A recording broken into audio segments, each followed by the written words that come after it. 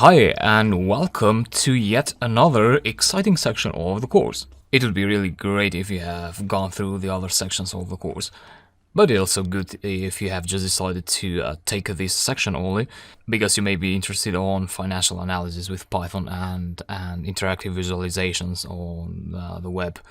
So that's perfectly fine. And yeah, to keep this short, what you're going to learn in this section is you're going to learn how to get stock market data via Python, so without having to browse and download files from websites. You're going to get this data in pandas data frames, so in tables inside Python, and then they are ready to analyze. And yeah, we're talking about the recent data, almost real time. That's one thing, and then once we get this data, we'll analyze them using Python, pandas, and we'll be working on the Jupyter notebook. Then we'll use the Bokeh library to visualize these data. And with that, you should come up with this chart, which you see in here. So it's a candlestick chart which is used for visualizing stock market data.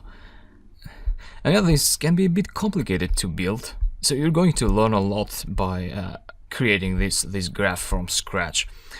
And once we create that graph, then we're going to embed that graph in a website, as you see in here.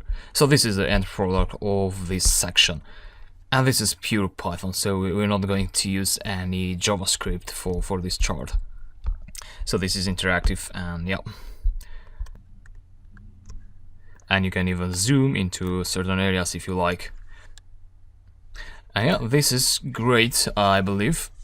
So I hope you really enjoyed this section, and yeah, let's move on.